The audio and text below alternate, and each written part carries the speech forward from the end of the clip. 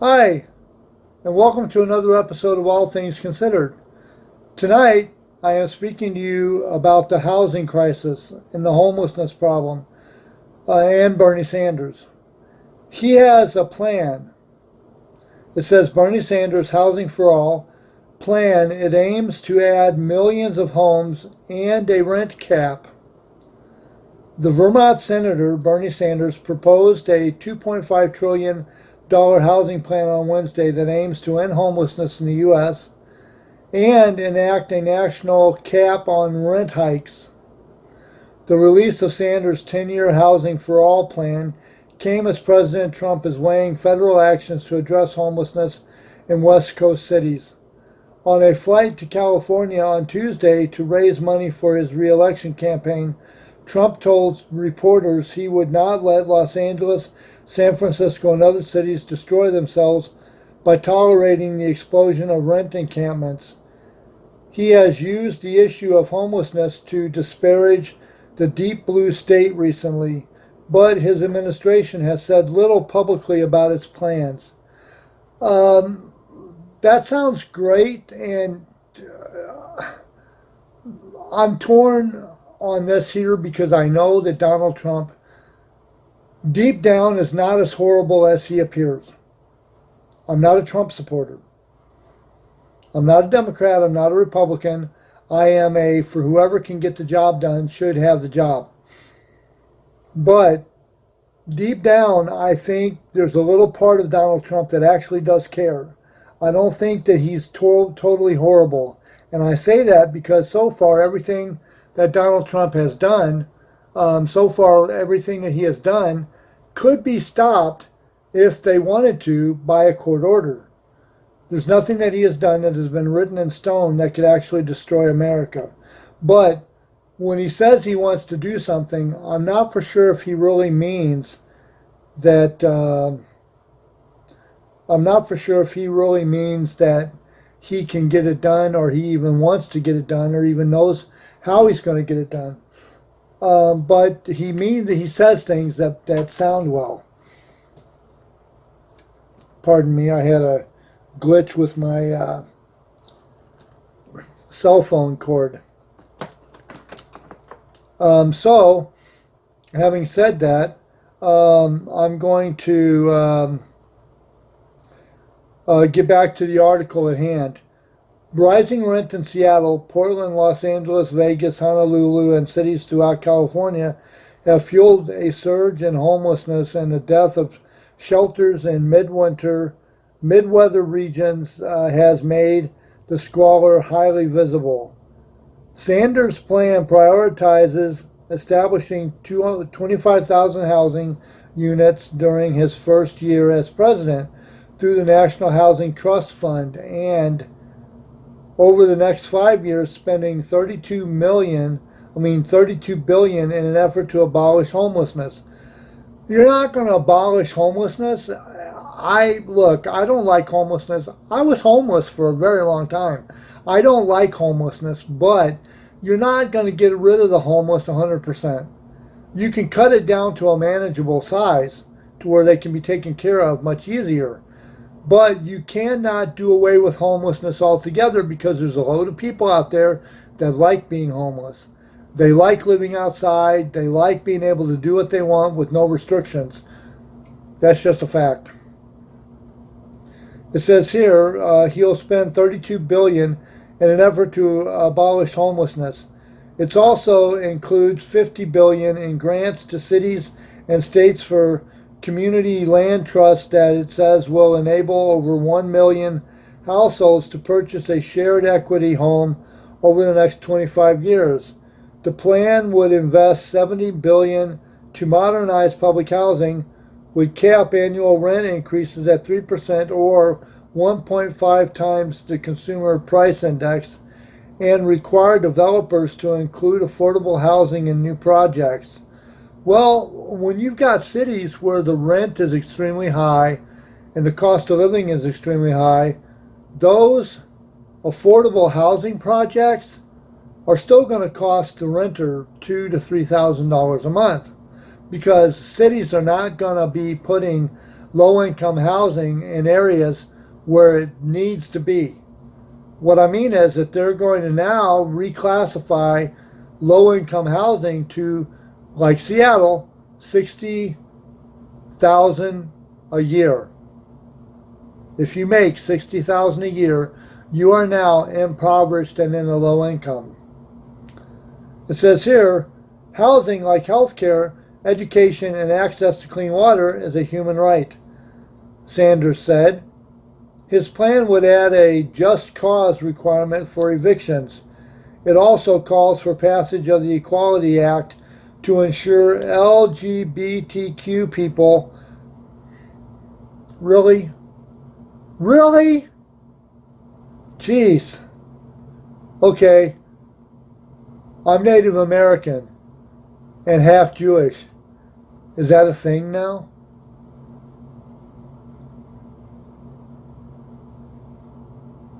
Are protected by the Fair Housing Act.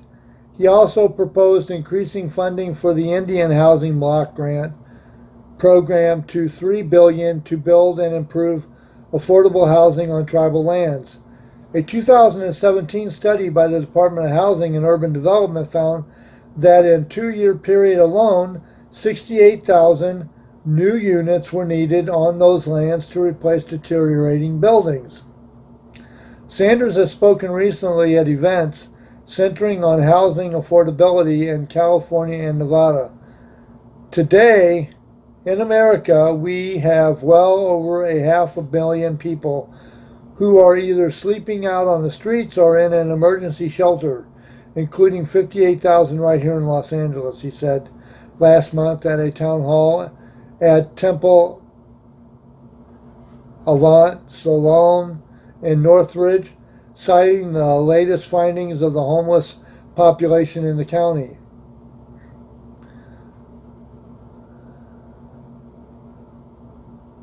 As we have got to ask ourselves, what in God's name is going on in this country? When we would give over $1 trillion in tax breaks to the top 1% and large profitable corporations, but presumably we do not have enough money to make sure that 500,000 of fellow Americans are not homeless, that is an outrage, Bernie Sanders said. And it is. He was referring to a report by the nonprofit National Alliance to End Homelessness that 552,830 people nationwide are homeless on a single night in 2018.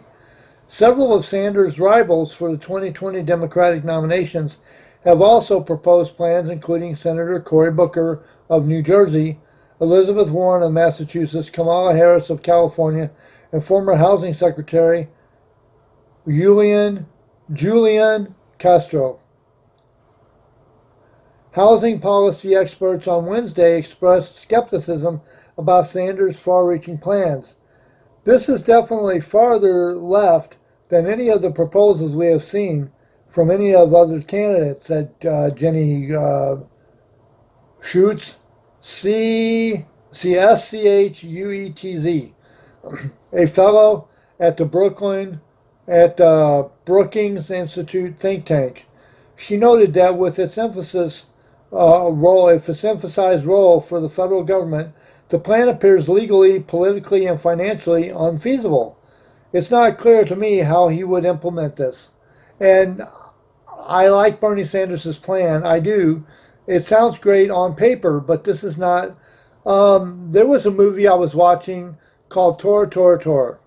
And this guy gave his paper to this colonel, and he said that this is what he needed. And he said that he needs like 500 more planes or 1,500 more planes to circle around Hawaii to look out for Japanese airplanes. And he says, well, this sounds great on paper, but this isn't a paper fleet out there. This is actual ships. Well, that's true. Bernie Sanders can make it sound great on paper. When you read it, it sounds great, but implementing it is something totally different. You have your expectations up here, But then you've got down here is where things have to be done. And, it says here, but the National Low Income Housing Coalition noted that Sanders was addressing a growing worry over a national housing shortage. Our nation's renting and rental housing crisis continues to worsen. The organization said that voters are demanding the presidential hopefuls offer solutions, and candidates are increasingly responding by proposing ambitious housing plans to address the affordable housing crisis on the scale needed. You're going to get a lot of people that don't have a problem with housing. They've got a house or they live in a fancy condo and they're working and they don't understand why, because they've got a place to live, why it's hard for those to get a place to live that don't have one. They're not going to understand that, and they're going to say, well, we don't understand, and why isn't it going to work? Why can't you just get an apartment? Well, if you've never been homeless, you'll never understand. California has long struggled with housing affordability.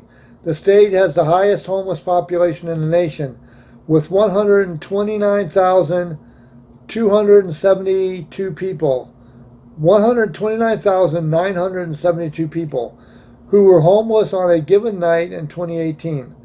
According to the National Alliance to End Homelessness, LA County's crisis has been brewing since the 80s, and a report released this year revealed a 12% year-over-year increase in the number of people who are homeless, nearly 59,000. The city of Los Angeles saw a dramatic spike of 16%, with more than 36,000 people sleeping on the streets and shelters or in their cars last year alone. The city poured $619 million into housing and services. Orange, San Bernardino, Riverside counties also saw double-digit increases. In the Bay Area, Alameda County saw a 43% increase in the homelessness in a count conducted in 2017, according to the Mercury News. At Sanders' town hall in Northridge, Daniel Blick, 27, told the senator about losing his apartment after his rent doubled last year.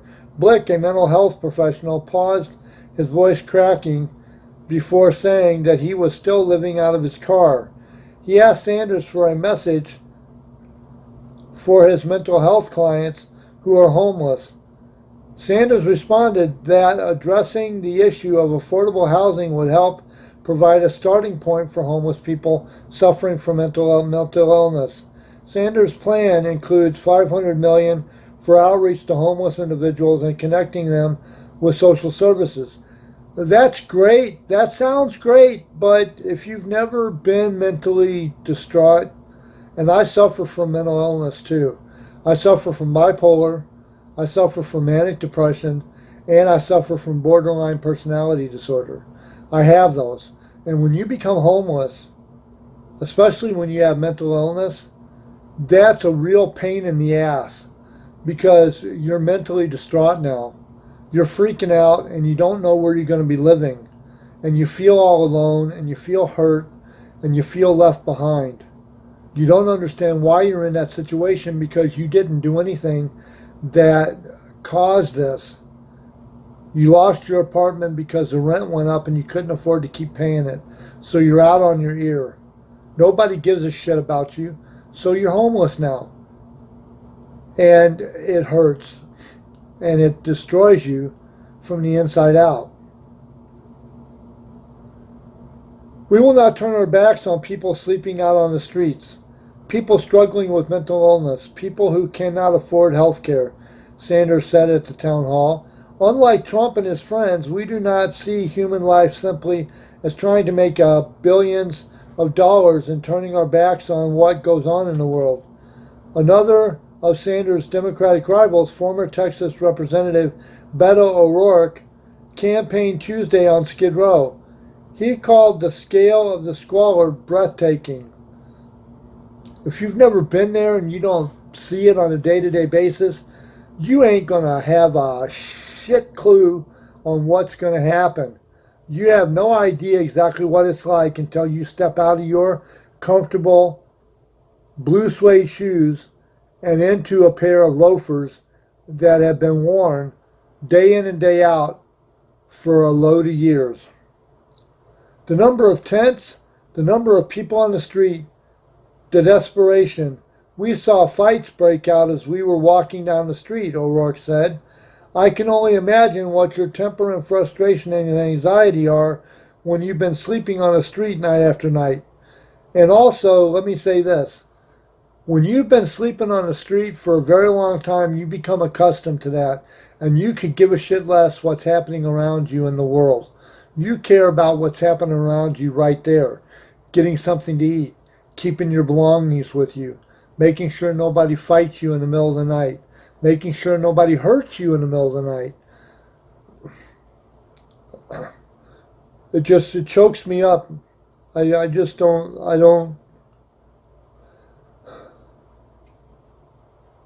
It hurts. It really does. It hurts for me to talk about this, and it hurts for me to discuss it because I've been there. I have. I know what it's like, and it's very painful to deal with. And I pray that nobody I pray that people that have never been homeless, I pray that you never become homeless. O'Rourke, who has not released a detailed plan, promised to invest $400 billion over a 10-year in housing for America with low or moderate incomes, building 200,000 units a year. After his August town hall, Sanders also briefly toured Skid Row. It is painful to know that we are the wealthiest country on earth, and there are people a few feet away from here who are sleeping out on the street. I'm sorry, it hurts for me to think about this because I know what it's like, and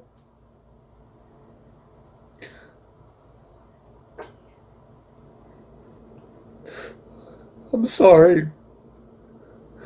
It's really painful to see all the homeless and people in pain in America doing so great and acting like it's not their problem.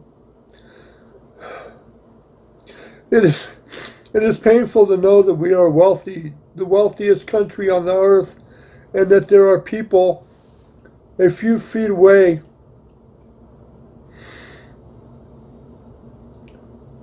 where they are sleeping on the street.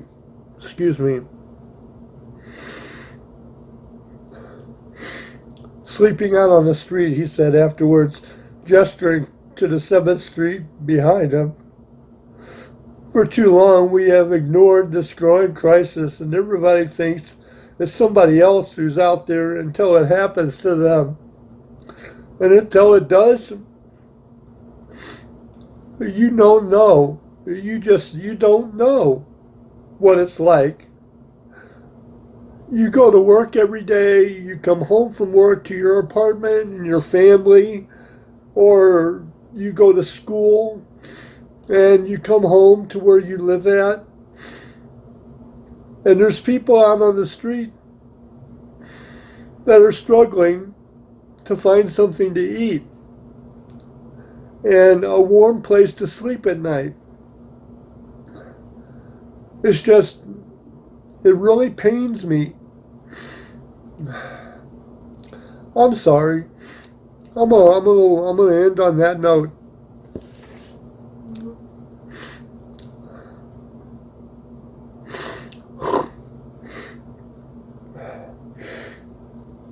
If you have a comment, please put it below. If you have an idea for a video you'd like to see me do, please let me know what it is.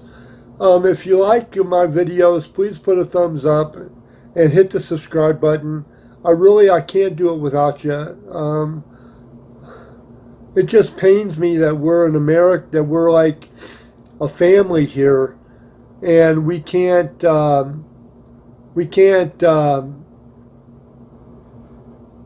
get on the same page. I don't get it. But anyway, if you have an idea for another video, please let me know in the comments below. If you have something for this, please put it in the comments.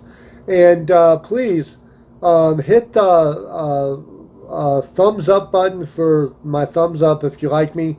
And hit a subscribe. Anyway, I'm sorry for the end there. It was just very painful for me. This is a very passionate subject, and I can't help it. Unless you've been homeless, you're not going to understand what it's like. You're not going to understand anything about it. So, anyway, this has been All Things Considered. Please, everybody, have a safe night and a prosperous tomorrow. And please, if you can, think of the homeless and put them in your prayers. Every little bit helps. And when the elections come in 2020, please vote your conscience. If you like Trump, I'm not going to down you for it, but just ask yourself, why do you like him? Think of all the stuff he's done and all the stuff you expect a president to try to do. And if you still think that he's doing a great job, go ahead and vote for him. If you don't, vote for any of the candidates on the Democratic ticket. There's a couple of Republicans that are running too. Give them a shot and see if maybe they have better ideas. But remember, everything is just an idea until you get into office and you find out whether or not you're able to get it done. This has been All Things Considered. Have a good night, America, and all points beyond.